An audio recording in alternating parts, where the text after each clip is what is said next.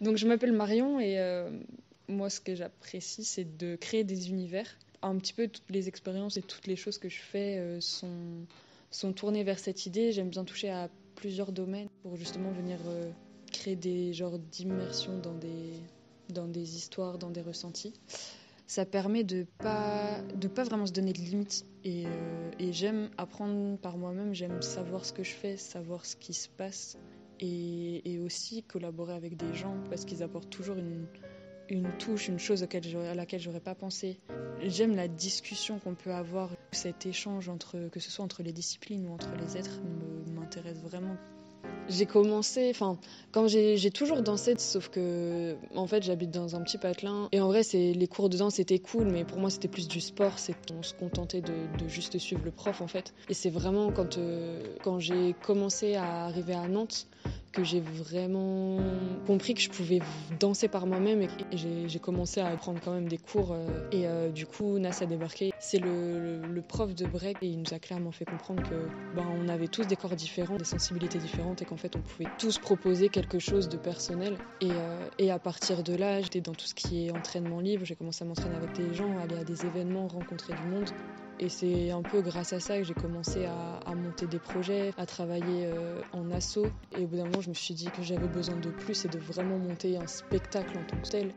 Du coup, ça fait à peu près 2 ans et demi que je pense cette pièce. C'est parti d'un truc très bête. Un été, j'ai pas mal voyagé et en prenant l'avion, je gagnais des heures où j'en perdais avec le décalage horaire. Et je me suis juste demandé ce que c'était le temps.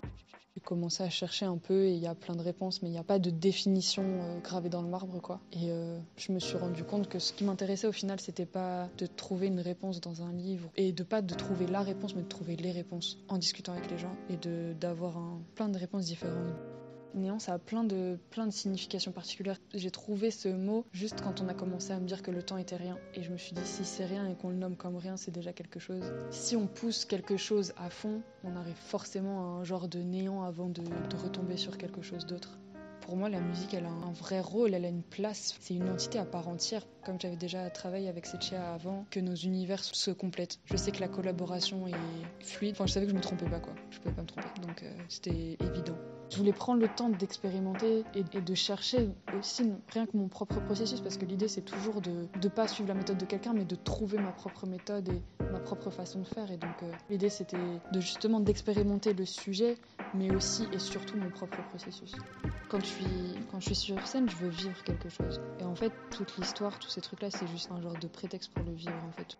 Pour vivre une expérience, pour me dépasser, pour essayer d'aller ailleurs, de m'auto-emmener ailleurs, mais aussi de t'emmener ailleurs toi aussi. Et en vrai, tous ces témoignages, ils sont toujours présents, mais en même temps, je pense plus à ça, parce que je crois qu'on les a tellement expérimentés que maintenant, ils sont juste ancrés. Et du coup, oui, c'est une expérience collective qui devient personnelle et que je veux renvoyer à l'autre aussi. Et en fait, ouais, le temps, sans même forcément vouloir qu'il revienne, il revient tout seul.